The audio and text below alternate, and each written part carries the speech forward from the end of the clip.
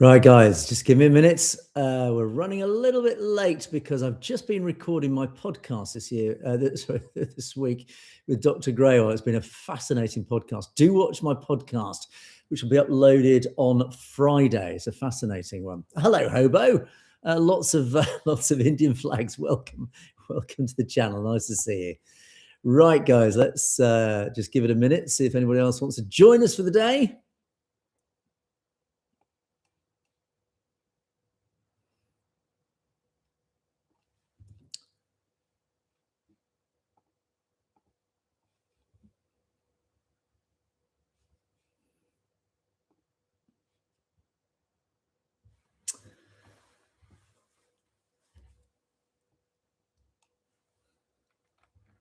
Right, I think we're good to go. Right, here we go.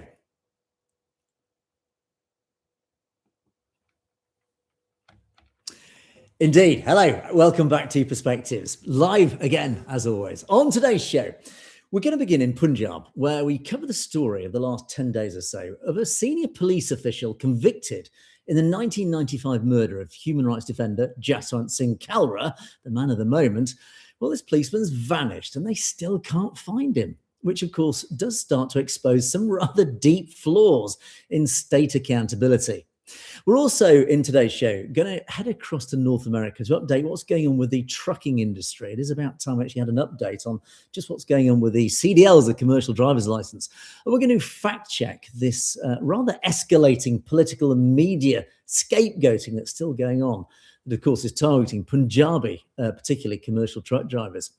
And we're going to examine what federal data actually reveals about highway safety. And here in the UK, of course, for those of you who've been watching UK politics, we've had rather a lot going on for the last few weeks. Ed Miliband actually steps in as our new foreign secretary. So we're going to ask whether this new cabinet, this new government cabinet, particularly Ed Miliband, will finally take decisive actions for, of course, arbitrarily detained British citizen Jagtar Singh Johal after 8.5 painful years of legal delay. And finally, a recent incident in an Ontario gym in Canada is highlighting the ongoing struggle for religious accommodation, of course, Kirpan rights. Once again, we're going to focus on what's going on in Canada in relation to the Kirpan these days.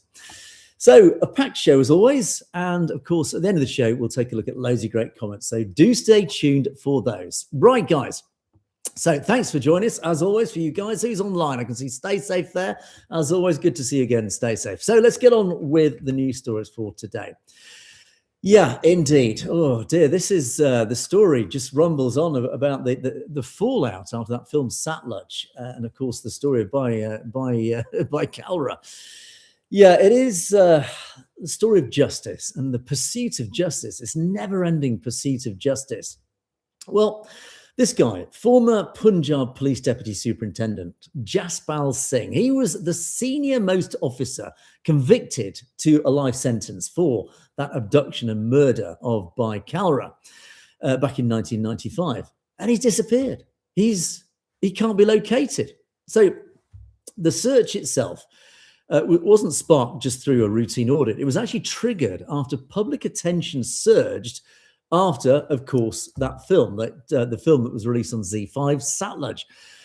And that film obviously focused on what happened around Jaswant Singh Kalra's story. And of course, that, again, the pursuit of justice, because people rightly are feeling a little bit aggrieved about that story, to be reminded of what actually happened in that story. And of course, again, the spotlight turns on, well, what happened about it?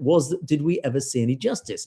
So, of course, following that surge in public scrutiny, the Nabha Open Air Jail Administration, where this guy was held, initiated a location verification request with the Hoshiarpur local police. Now, he had actually been released on bail, but just through this routine inquiry said, look, we better just check where he is. So when investigating officers executed inquiries in Manji village, that was the residence address provided by this guy, Jaspal Singh, to secure that bail, that interim court bail in May 2023. He wasn't there. They found basically an empty house. Local police, led by a guy called Sardar Baljinder Singh Mali, and I hope I pronounced his name correctly, interviewed all the local residents and all the local police forces, and the findings were pretty clear. This former officer just wasn't there. He did not reside there. No history of even living at that address. He's nowhere to be found. It stinks again, doesn't it? I mean, it raises 1,000 questions once again. So it really does start again to put the spotlight back on the Indian state. What is going on? How did local police and judicial registries fail to accurately validate something as simple as this guy's residential address? This residential guarantee of a convicted killer before then allowing his release warrant 3 years ago. It's called due diligence. Did anybody actually check and verify this address that this guy gave when he was granted bail? Well, unsurprisingly, this sudden disappearance of such a high-profile convict has triggered an absolute firestorm across Punjab, right across social media. A lot of people obviously talking about it. Now, opposition leader Bikram Singh Maljithia of the Shirmani Akali Dal, he's, of course, unsurprisingly, heavily criticised the state administration. And he's alleged that the ruling party, the Aam Aadmi Party government, quietly moved a state proposal to grant this guy premature sentence remission. In other words, let him out early, but then subsequently failed to track his movements. In other words, was it deliberate or was it just sheer incompetence? But something stinks. They've let this guy out early and he's disappeared. Now, the state government has pushed back against those claims. AAP, state media, the guy in charge, Baltej Panu, said that because this case was investigated by the Central Bureau of Investigation, the CBI, the regional government has no jurisdiction over things like sentence cuts, getting this guy out early. And Panu documented that any early release application for a CBI case is handled strictly by the Union Ministry of Home Affairs, central government. That's where the finger of suspicion points. Yet again, it all points back to Delhi. And he noted that this guy, Jaspal Singh's previous mercy pleas were rejected by the centre in 2018 and later by the governor, confirming that Chief Minister Bhagwant Mann has processed no active files regarding his release. In other words, it all goes back to a decision made in Delhi with no local regional oversight. Not even the state governor, Bhagwant Mann. So again, it stinks. Justice has been denied. So while political parties trade all these sort of accusations backwards and forwards, the real core of this issue just goes back to the historical magnitude of the crime itself. And because that is so symbolic of everything within this whole tale and everything that followed. Jaswant Singh Kalra, as we know, was this prominent human rights defender. He uncovered all that evidence proving that Punjab police had illegally extrajudicially murdered and then cremated tens of thousands of young Sikhs right across the region. And bringing those facts to light, he then himself then gets abducted from outside his Amritsar home in September 1995. He's taken to the local police station, is tortured, and is then shot dead and dumped in the nearby canal. So again, that very story itself just sums up the state of justice and law enforcement in Punjab back in 1995, but of course then what subsequently followed.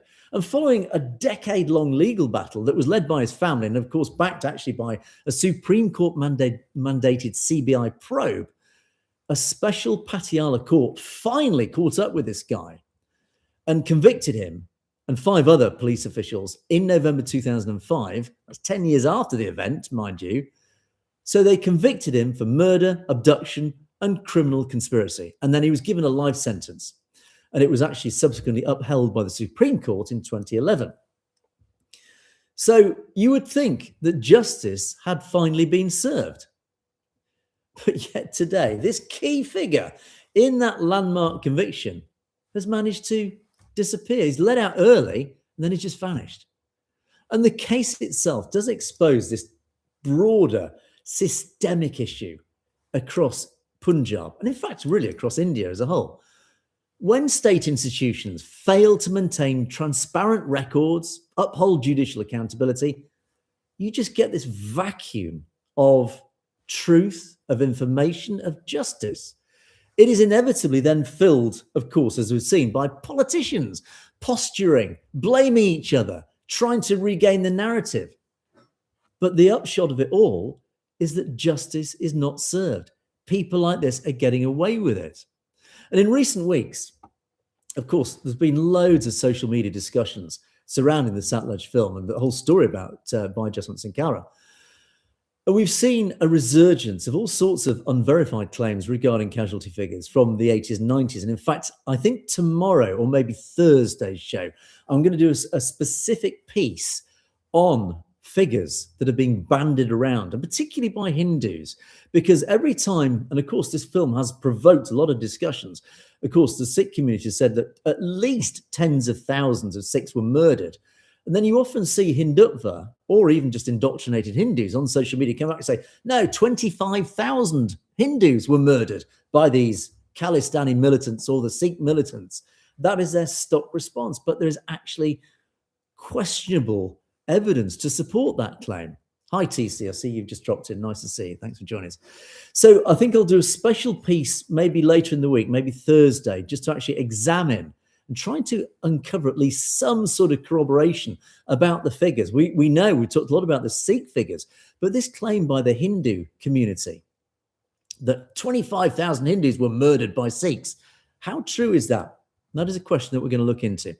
But ultimately, there are all sorts of different sources being cited, questionable or not, to support those numbers.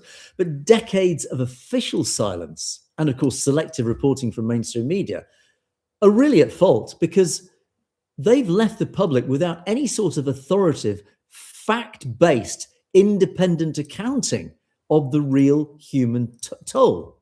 How many people genuinely did die? We don't know.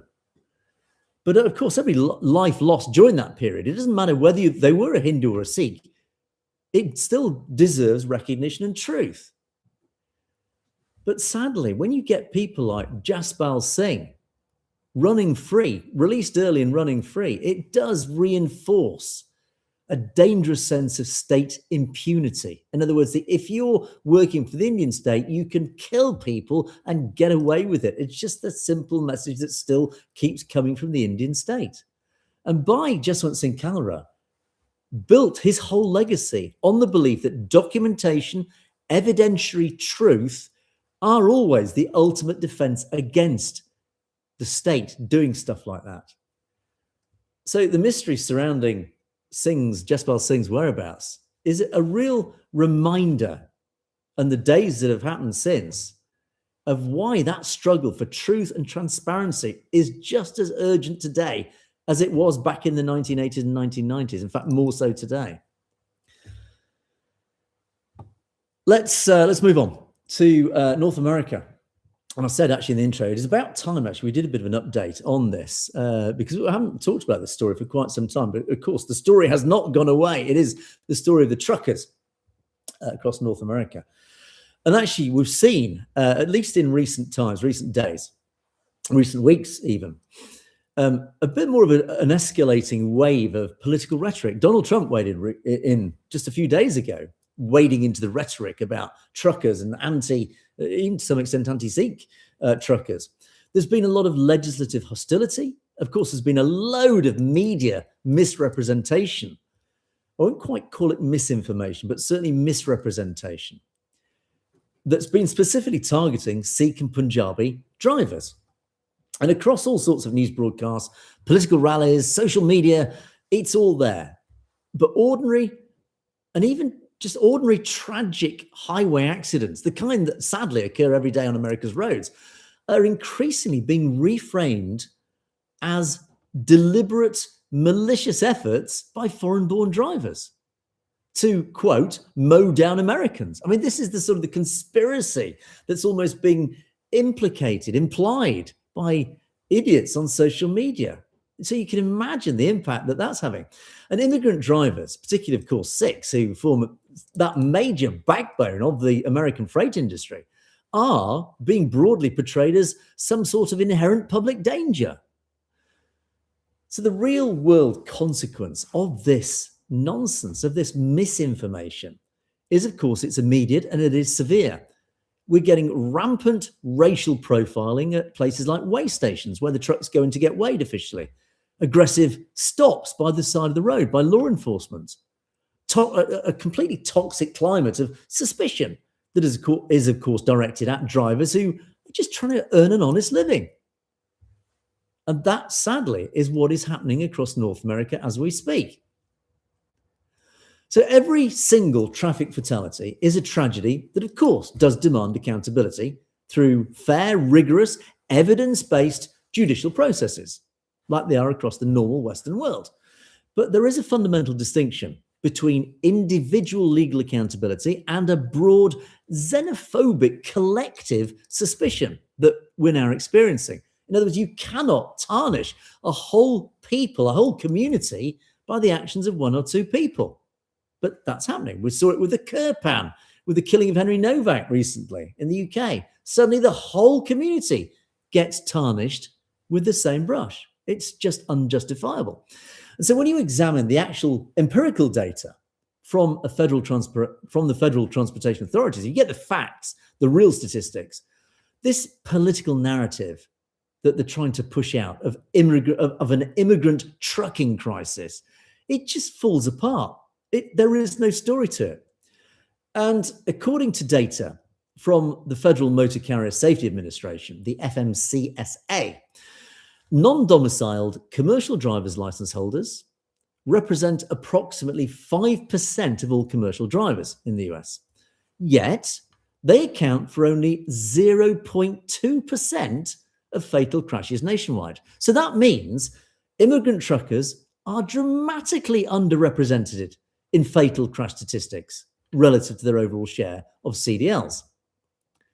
So claims that American highways have become uniquely dangerous because of these foreign-born drivers is actually ignoring even broader national safety trends, because data shows that fatal crashes involving large commercial trucks across America actually dropped by 27% between 2022 and 2025. So the last 3 years, actual fatal crashes have dropped by 27%, by a quarter.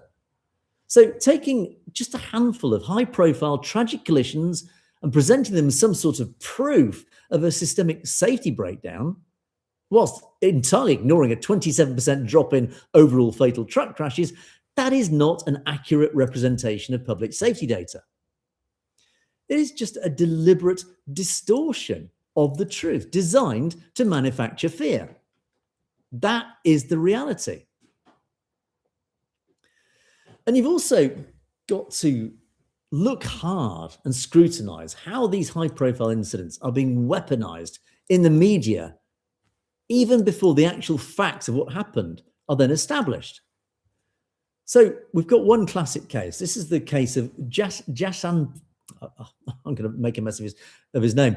Jashanpreet Singh. Correct me if I've mispronounced that. Anyway, this guy, Mr. Singh, he's a commercial driver involved in a fatal multi-vehicle collision that happened in California. Now, immediately following that crash, political commentators and major national media outlets who should know better, including the White House and the New York Post, aggressively amplified completely unverified claims that Singh was on drugs at the time of the impact. Now, that narrative went right across North America. It was broadcast globally after that within hours. But lo and behold, when the official independent toxicology results were completed, the San Bernardino County District Attorney's Office officially confirmed that none of the tested substances were present in Singh's blood. So there was no drugs involved in that accident. And given the complete absence of any evidence of impairment, the felony DUI charge against him was dropped entirely. So there was no case whatsoever. But despite his complete exoneration on any sort of drug charge, the damage had been done. So those initial false claims spread by the media, even by the White House,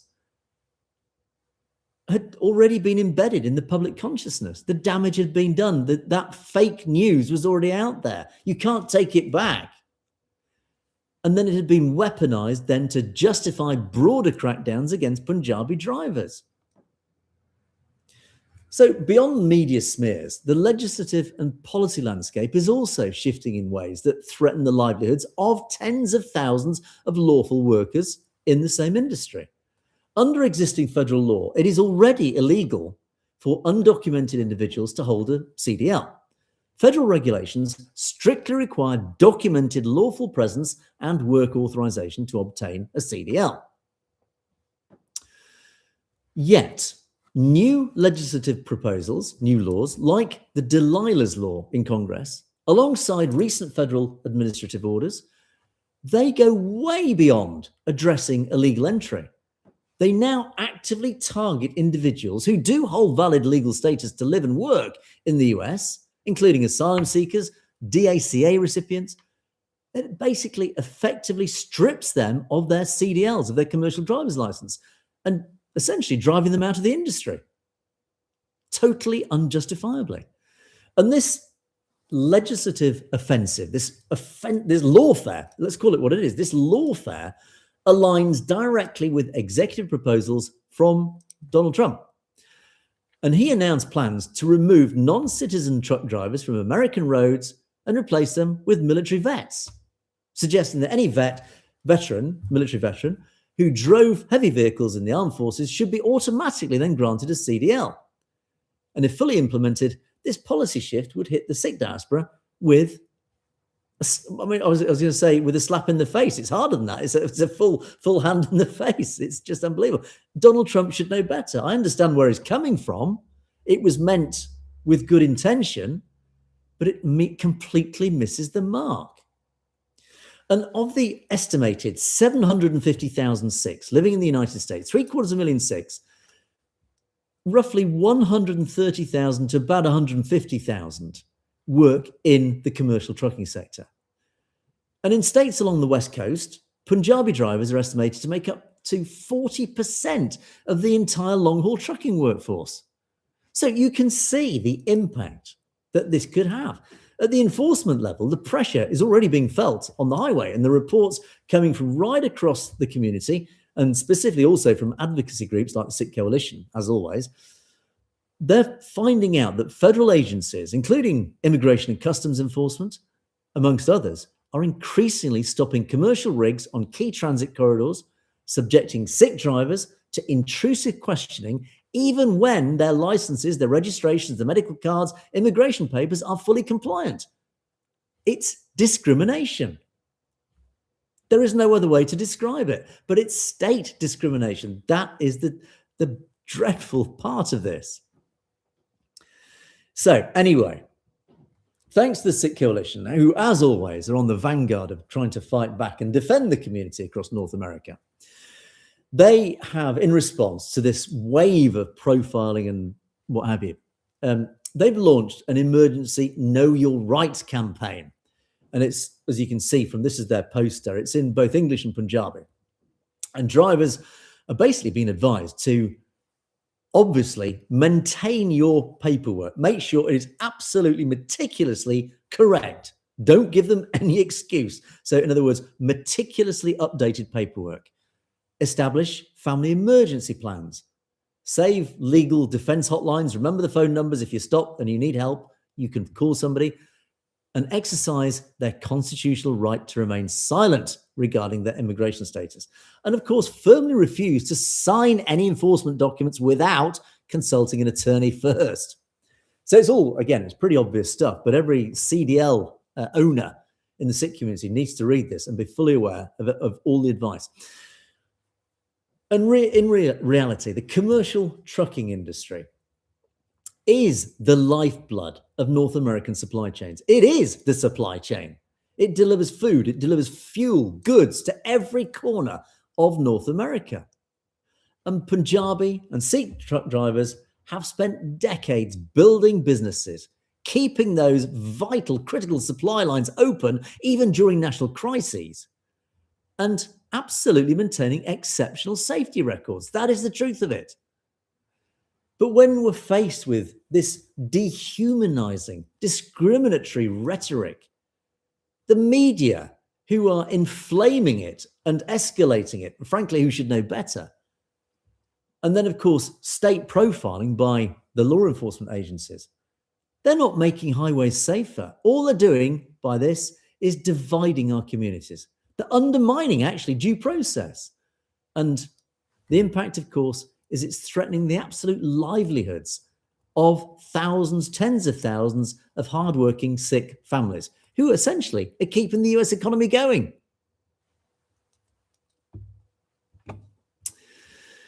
Let's move now to the UK. If you're in the UK, you'll be very familiar with this picture. This is Ed Miliband. I do sometimes feel sorry for this guy. He had a very unfortunate photograph taken of him eating a bacon sandwich. And this photograph has dogged this man ever since. It must be 10, 15 maybe years ago. Anyway, it was some time ago. Anyway, but for those of you who've been watching British politics, I can see TC Eurovia chuckle about it as well. I mean, we do. Anybody here in the UK, we always laugh when we see this photo. This poor guy, he's never going to live this photo down. Anyway, of course, British politics, we've been going through some massive transitions over the last few weeks.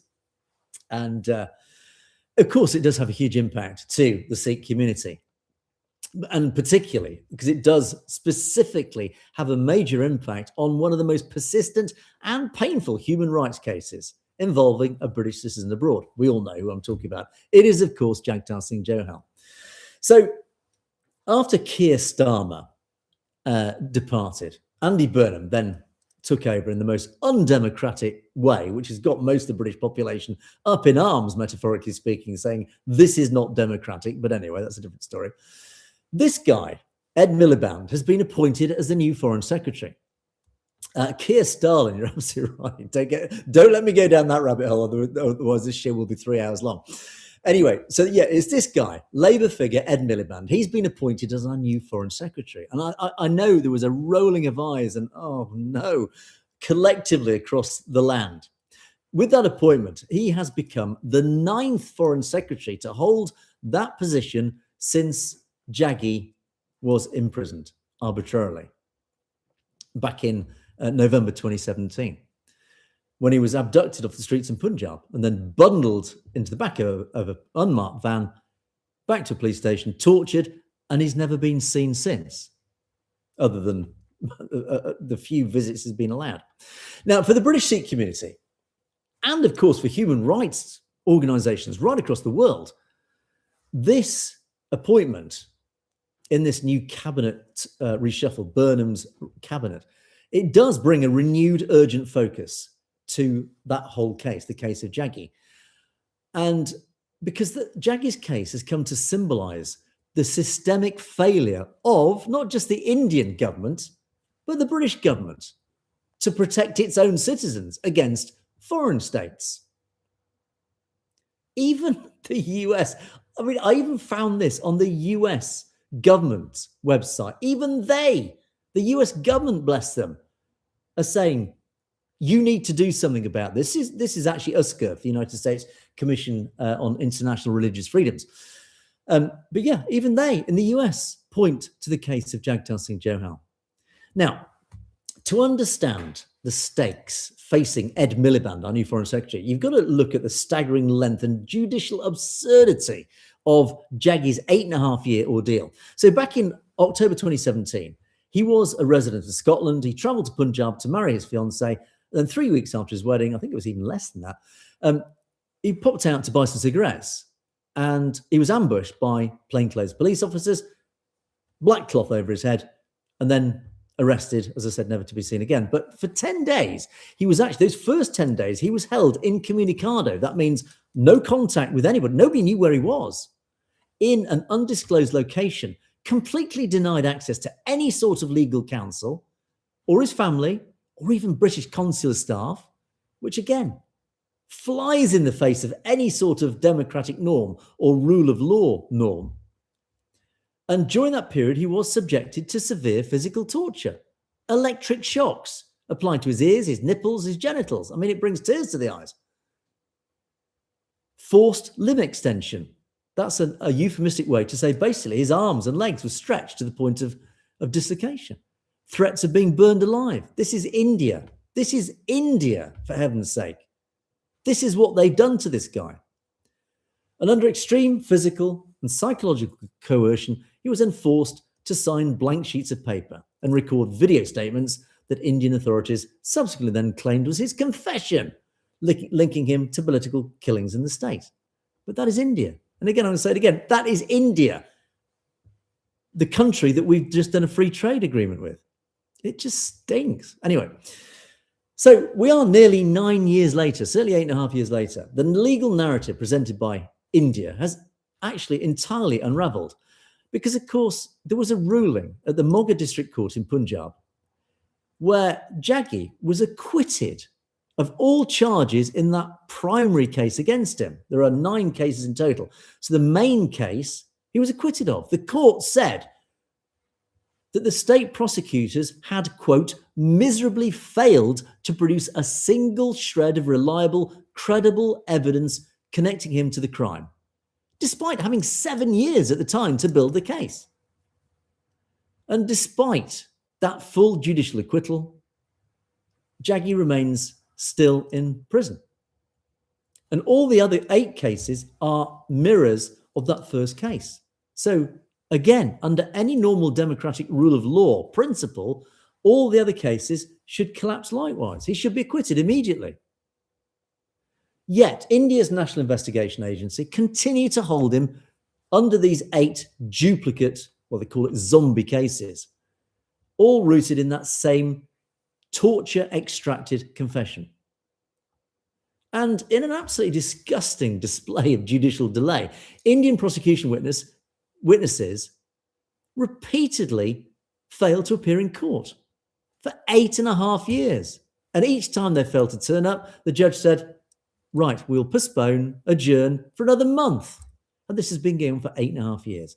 And international legal authorities really have not held back about this travesty of justice. The UN Working Group on Arbitrary Detention issued a definitive ruling finding that Jagtar Singh Johal's ongoing imprisonment lacks any legal basis.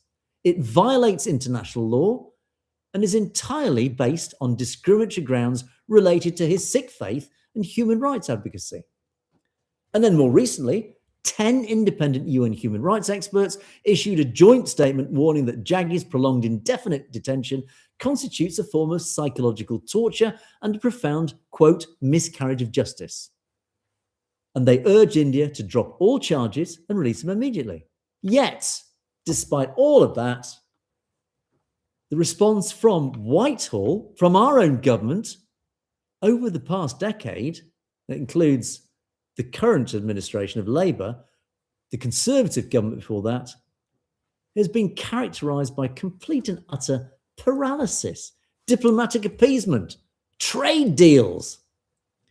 Whether it was Boris Johnson, Yvette Cooper, David Lammy, in total there have been 8 foreign secretaries whilst Jaggi's been arbitrarily detained. 8 foreign secretaries have offered all the right words, lots of vague assurances that they have raised the case. How many videos have I shown you in Parliament of spokespersons for the British government saying, we are raising it at every opportunity? But they still consistently refuse to formally call for Jaggi's release or publicly declare his detention arbitrary. Starmer did, and Lammy, our former Foreign Secretary, they both raised Jaggi's case when they were in opposition. They even said he was arbitrarily detained. And they demanded the government of the time, Johnson's government, to ensure his release. And then they move into government. What happens? They daren't utter those words, arbitrary detention. And they never said a positive word thereafter about releasing Jaggi. That is what Jaggi's family is up against. The British government, who are acting in cahoots with the Indian government. And unsurprisingly, Jaggi's brother, Gurpreet, is a councillor for the Labour Party, ironically. He, of course, has remained heavily critical throughout this whole process, and you can't blame him. He's been working tirelessly to try and get his brother freed, tirelessly pressuring the British government. So following Starmer's exit from government, good riddance, I have to say. There's a bit of editorial opinion there, but ultimately I'm sure most of you probably agree with me on that cause. Anyway, now that Starmer's gone, Gurpreet has now detailed how the British government actively moved backwards under the previous leadership, under Starmer's government, failing to leverage any sort of diplomatic weight, while a British citizen remains hostage to this broken legal system in India. So the question then really comes all the way back to Ed Miliband. Is anything going to change with Ed Miliband? This was his press release. Very sort of bombastic, lots of rhetoric. I am wonderful. I'm going to do amazing things for this country, etc., blah, blah, blah. But as he steps into that ministry, the Foreign Office, of course, many within our Sikh community here in the UK are actually looking, who is this guy? And they looked at his background and, of course, his political philosophy. Is he going to be the same? Is he going to fall into that same alignment of collective amnesia? Who? Jaggi who? Sorry. Miliband is the son of a lady called Marian Kozak and a gentleman called Ralph Miliband. They are both Polish Jewish refugees, and they fled Nazi persecution during the Holocaust.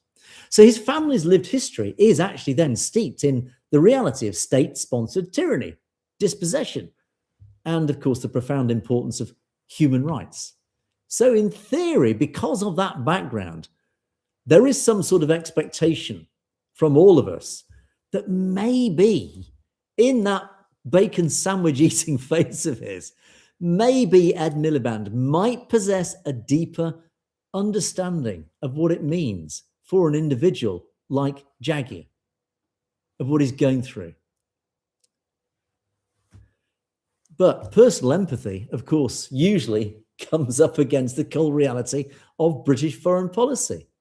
And for years, British foreign policy towards India has been, of course, heavily constrained by free trade agreements, geopolitical strategy with China, etc., security agreements, etc., etc. And successive ministers have always prioritized economic diplomacy over the basic civil rights of a British citizen, treating Jaggi's plight as a diplomatic inconvenience, not a fundamental test of the British state's obligation towards human rights, democracy, the rule of law, its own citizens.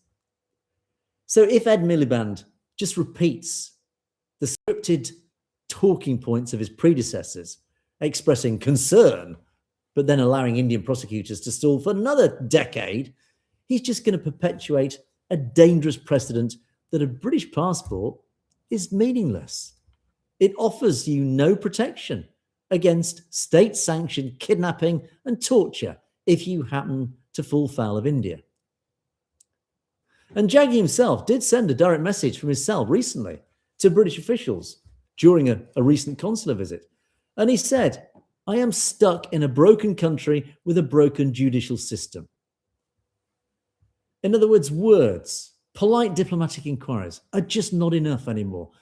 The British Sikh community isn't just asking for special treatment for Jaggi. They're just demanding that the Foreign Secretary just shows some simple moral courage to enforce international law, to stand up to human rights abuses and negotiate his immediate return from being arbitrarily detained as a British citizen. And I have to say, it'll be interesting in months to come when we judge Ed Miliband, when I talk again about Jagtar Singh Johal. How are we going to judge Ed Miliband? We'll see. Is he going to be full of it? Or is he, unlike any of his predecessors, actually going to do anything about Jagtar Singh Johal? It would be very nice one day to do a story about Jaggi coming home. And to wrap up, North America, let's zip back across the Atlantic to Canada. Oh, I'm sighing because here we go again. It's another Kirpan story. Why? Why are we here again? In Ontario, there was a recent incident at a gym in a place called Windsor, a commercial gym, that has once again brought this fundamental issue of religious accommodation and basic civil liberties back on, or back on this show again. There was a video that was posted by a guy called Gurpatrat Singh Khalsa. He's apparently a Sikh content creator. And it captured an exchange that happened inside a gym. It's a Good Life fitness facility on a place called Dougal Avenue in that town. And in that recording, a gym employee informs Khalsa that he is required to leave, get out of the gym, because he's wearing his kirpan. You can see it in the photo there, down at the bottom. So he was kicked out. Now, the kirpan obviously is a mandatory ceremonial article of faith carried by Amritdhari Sikhs. And when Khalsa then obviously questioned, saying, hang on, this is my sacred religious symbol, he asked if the staff genuinely believed he intended to use it as a weapon, saying, this is my article of faith. The employee responded that another member had expressed fear, and staff explicitly characterized his kirpan as a dangerous weapon and said that as a private commercial business, Good Life Fitness possessed their right. It was their right as a business, a private business, to deny access, and then basically kicked him out for, in their words, the safety of everyone in the gym. So their argument was, look, this is a private business. We have the right. If we don't like you wearing a kirpan, out you go. There's nothing you do about it. Now, this incident, of course, ignited outrage right across social media and indeed actually mainstream media. And it did actually prompt an official response from Good Life Fitness, their managers. And they issued a statement. And they did express regret and admitted that the interaction reflected a situation where what they were quoting was their established inclusion practices were not applied as intended. In other words, the guy who kicked him out basically was ignorant and made a mistake. And they insisted that the company does comply fully with all applicable provincial and national legislation, including, of course, Canadian human rights laws. And they said that there would be an internal investigation into the incident, and that was now underway. So basically, it's a typical corporate apology. And great, it is a pledge to review internal procedures, which is good, but it is also a bit of a standard PR response. At the end of the day, what could actually the gym say in response? Their employee made a massive mistake, and the managers probably sighed, rolled their eyes, said, oh, God, how do we get out of this? So, of course, they've had to issue as best of an apology as they could. And lessons will be learned. There's a phrase that everybody in the UK will be very familiar with. Lessons will be learned. But the whole incident does actually highlight a much deeper systemic problem that still continues to plague Sikhs across the diaspora, particularly Amritdhari Sikhs, obviously. It is the recurring breakdown between settled, agreed constitutional law and those who are on the front line pushing those laws or responsible for those laws. So, here we go. World Sikh Organization of Canada, thank you for these. Very useful. So to understand why what happened in Windsor is actually so egregious, so outrageous, you've got to look at the legal landscape in Canada. And it's important, obviously, then we remind the world about what the legal situation is in Canada. The right of Amritdhari Sikhs to wear the kirpan in public and private spaces is not an open question, nor is it a privilege granted at the discretion of individual business owners. In other words, as a private business, you cannot kick a kirpan-wearing Sikh out of your premises because he's wearing the kirpan. So you're not protected under your individual rights. So ultimately, under the Ontario Human Rights Code, private businesses and service providers are legally obligated to accommodate religious practices up to the point of undue hardship. That is the legal terminology. So the principle came into law and it was cemented legally 20 years ago by the highest court in Canada. It was a landmark 2006 ruling at the Supreme Court of Canada, Multani versus Commission Scolaire Marguerite Bourgeois. The court ruled unanimously that a total ban on the kirpan violates freedom of religion under the Canadian Charter of Rights and Freedoms. So the Supreme Court explicitly rejected the argument that the kirpan is an inherently dangerous weapon. No, it is just not, in any circumstances, it cannot be seen as a dangerous weapon. And instead, they, of course, recognize it as a noble symbol of spiritual duty, justice, and defense of the vulnerable. A massive, massive case ruling that. So, sadly, despite that ruling and the 2 decades that have happened since, loads of binding legal precedent, Sikhs right across Canada and North America, generally speaking, are still routinely subjected to pretty embarrassing public exclusions. These all sorts of confrontational discussions, demands that they forfeit their religious identity if they just want to access basic public spaces. That is the discrimination still going on despite that case. And the assertion made, of course, by that employee in that Windsor gym that because the facility is a private gym, human rights legislation can be set aside in favour of arbitrary manager discretion. It just can't happen. But it does reflect a widespread misunderstanding of civil rights law, because actually, even I, living in a democratic nation, I am a firm believer that my castle is my law. In my space, I am the law, obviously subject to all the obvious, big laws. But ultimately, what I want in my space goes. If I don't like the clothes you're wearing, get out. That is my feeling under my human rights. However, that is trumped by the discrimination laws that are firmly now set in stone, in legal Canadian stone, that you cannot discriminate against a kirpan. You cannot say it is an offensive weapon and therefore kick somebody out on the basis of that. And private businesses operating in the public domain, they don't exist in any sort of constitutional vacuum. They can't use arguments like member comfort or unfounded fears that they might feel as any sort of legal justification to then discriminate against Sikhs carrying the kirpan, or indeed any protected religious minority. So sadly, what happened? It really underscores and it really emphasizes the constant, exhausting educational burden placed on the Sikh community, and actually not just Sikh communities, other minority communities as well.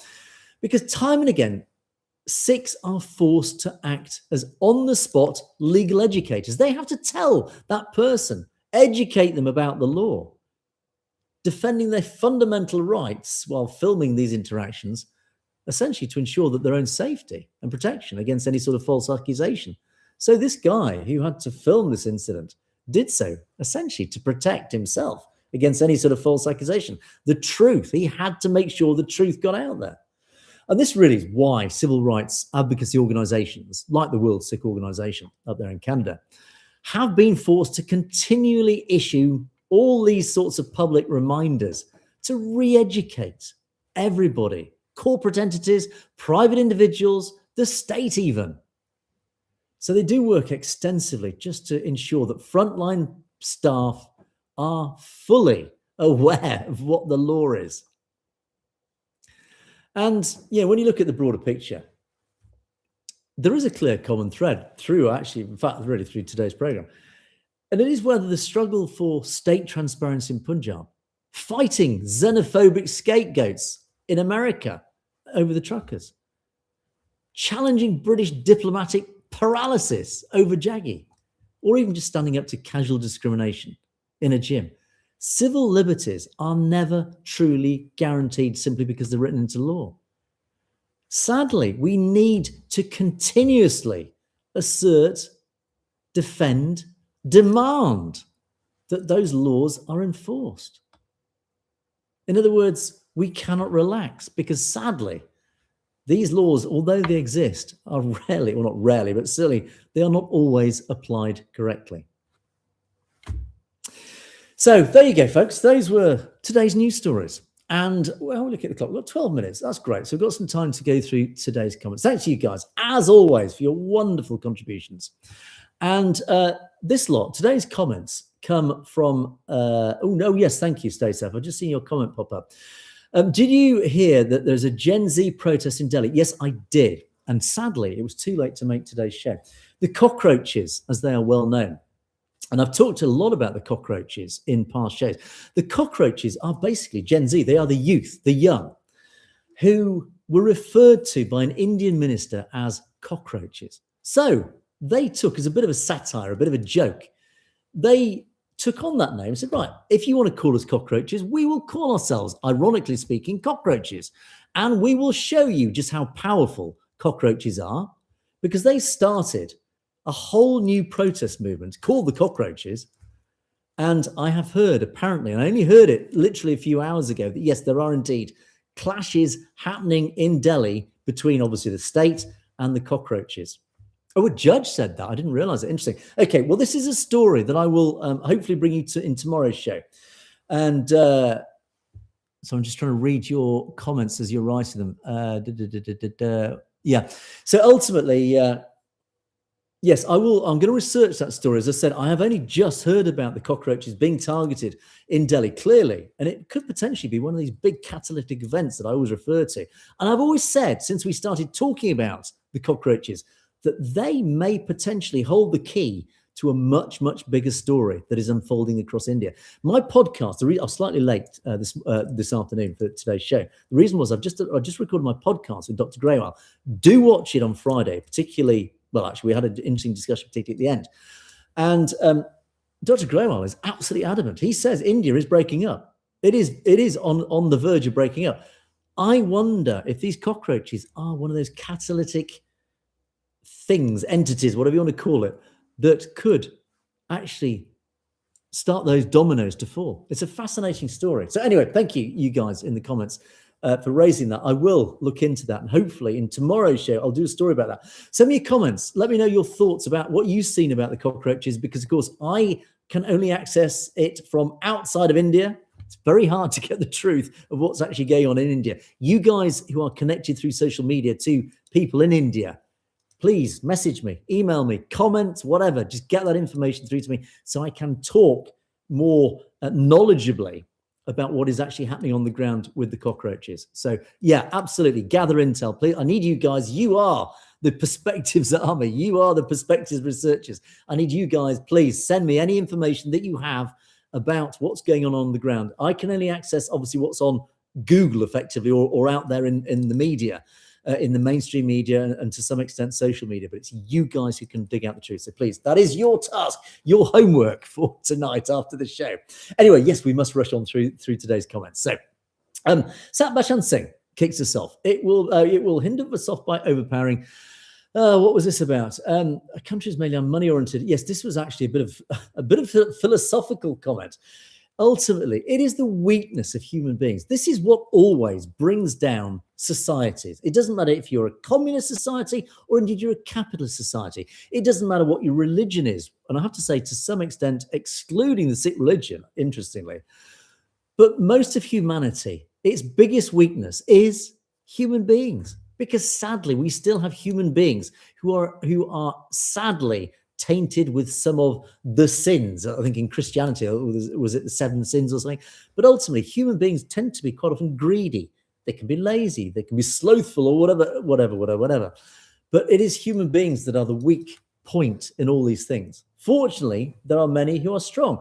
And this is why I actually always raise the flag for the Sikh community, because I have to say the Sikh community's values, although they reflect many other religions, many of the same values, it is the Sikh faith that seems to carry it out, to actually live that dharam, that spiritual sense of being a Sikh, much more than I've seen in any other religions. Islam to some degree, but it's, as I say, it's the purity of the Sikh faith that really seems to shine through. And that is really the only defense we have against human beings, certainly the weakness of human beings. Money-oriented savor is the immediate antidote to that. So, you're back again, Sat Bashan Singh.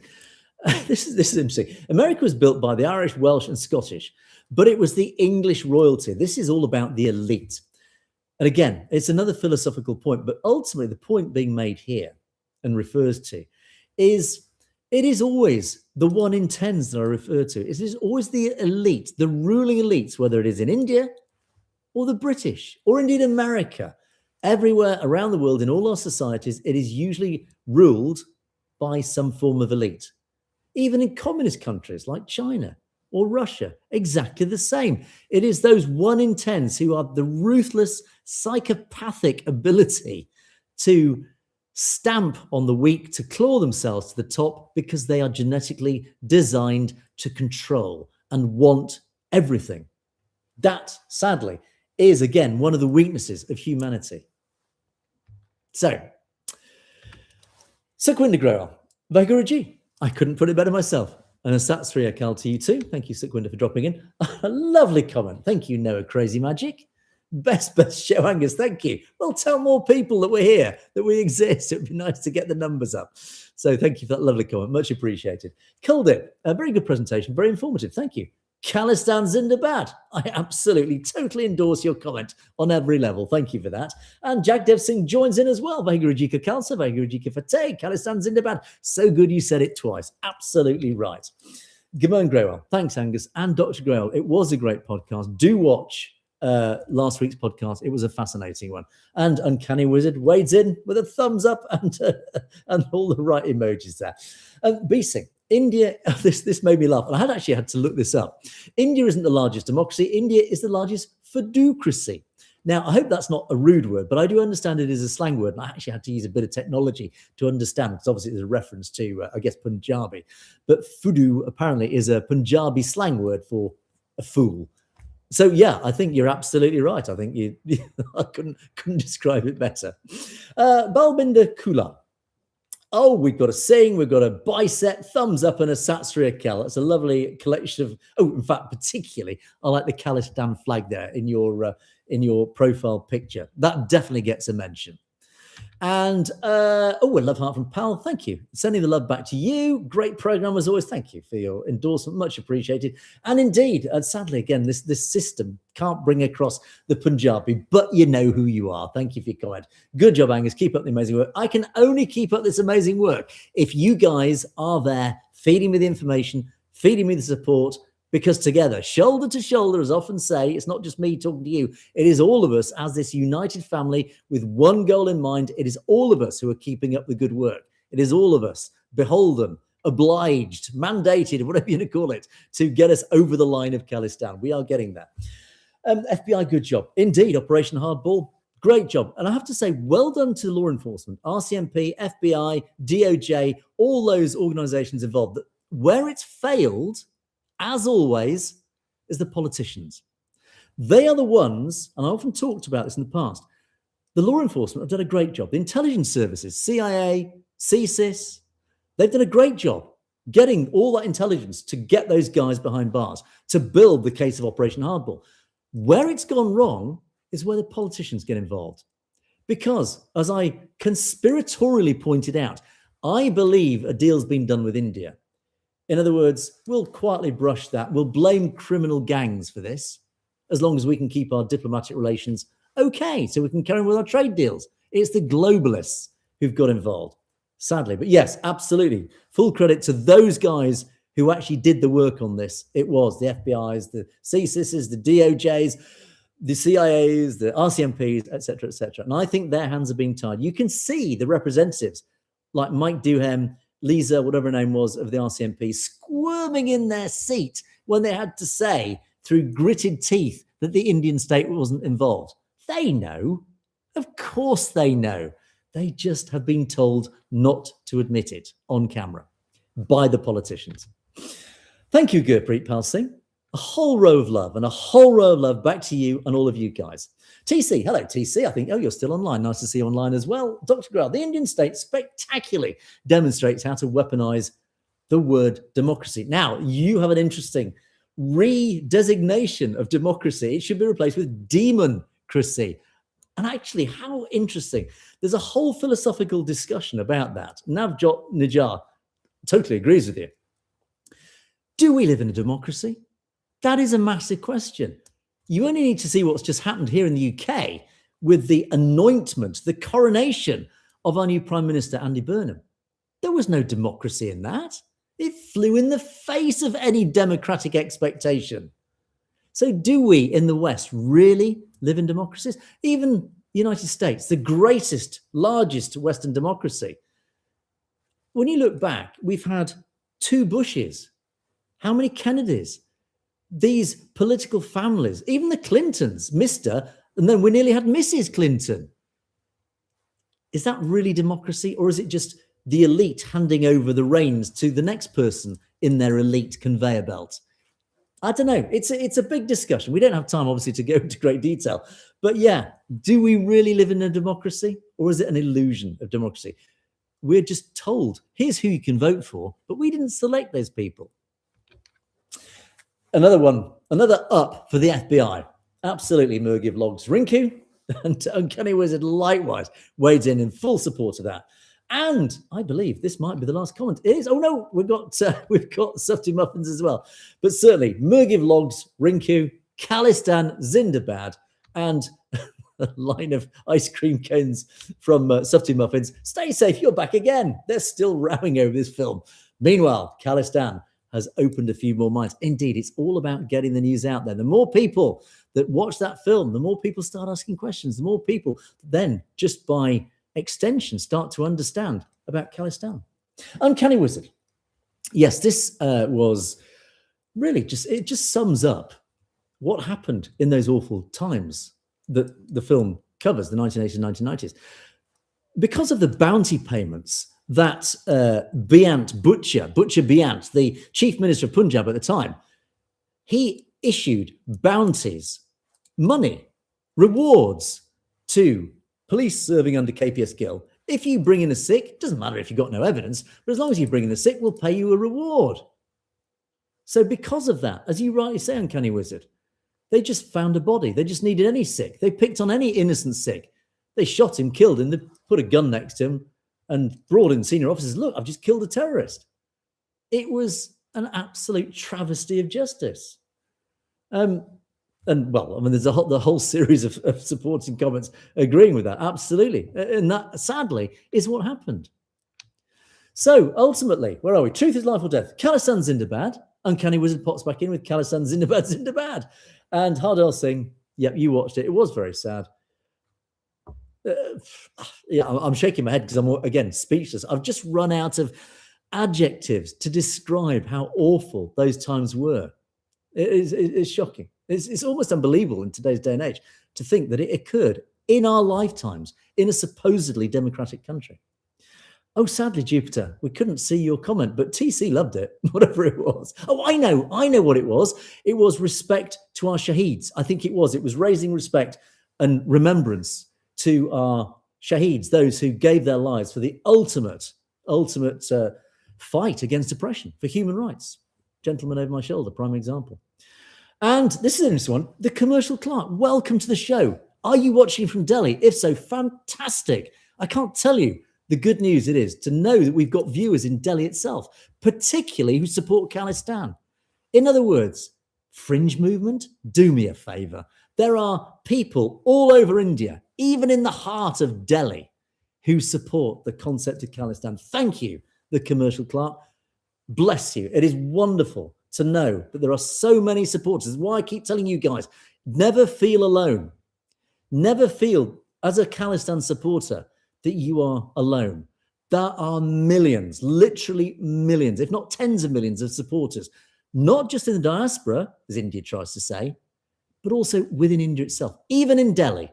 So thank you so much for your comment. Great to see that. Oh, in fact, I think that was actually the last comment, which is a great comment to finish on, as I say, because ultimately Khalistan Zindabad, and if there are those within Delhi who shout Khalistan Zindabad from the rooftops, that the message that sends out. I don't suggest you do that in Delhi these days, but ultimately you don't need to, because there are those of us in touchwood safer locations who are shouting from the rooftops, Khalistan Zindabad. As long as we know that you guys in Delhi and right across India still support, still feel that that is what you strongly feel about, then we know there is that familial feeling amongst the whole community that we're all united in that one goal, whether you are in India or whether you're out here in the diaspora.